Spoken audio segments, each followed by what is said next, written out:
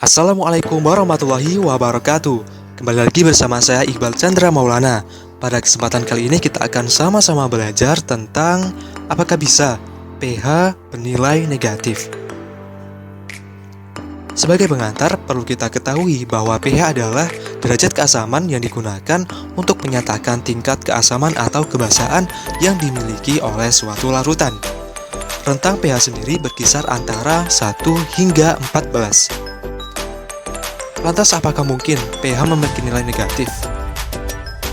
Jawaban singkatnya adalah sangat mungkin. Kok bisa sih? Nah, jadi secara hitungan teoritis sangatlah mungkin pH memiliki nilai negatif. Berlaku pada asam kuat dengan konsentrasi yang lebih dari 1 molar. Misalkan HCl 10 molar yang dikalkulasi menghasilkan nilai pH sama dengan negatif 1. Tapi adakah alat atau pH meter yang sanggup mengukur nilai pH sampai negatif 1? Perlu kita ketahui bahwa alat pengukur derajat keasaman menggunakan larutan yang lain sebagai larutan pembanding, sehingga perlu dikalibrasi terlebih dahulu sebelum digunakan. Jadi, pH juga berharga relatif, belum lagi diukur pada kondisi suhu berapa derajat ataupun tekanan berapa atm.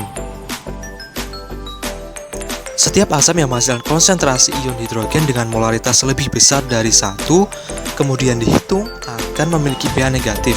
Misalnya pH HCl 12 molar senilai negatif 1,08. Kita tidak bisa mencelupkan elektroda pH kaca karena ia memiliki cacat, sehingga sangat sulit untuk diterapkan koreksi untuk cacat tersebut untuk mendapatkan nilai pH yang benar. Selain itu, asam kuat dengan konsentrasi tinggi tidak sepenuhnya terurai dalam larutannya. Misalnya HCl, beberapa hidrogen akan tetap terikat pada klorin, sehingga dalam hal ini pH nyata akan lebih tinggi daripada pH yang terhitung.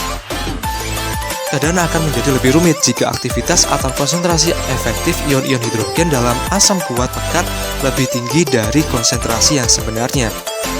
Pengaruh aktivitas ion hidrogen ini sangat kuat dan membuat pH jauh lebih rendah daripada yang kita harapkan dari molaritas asam.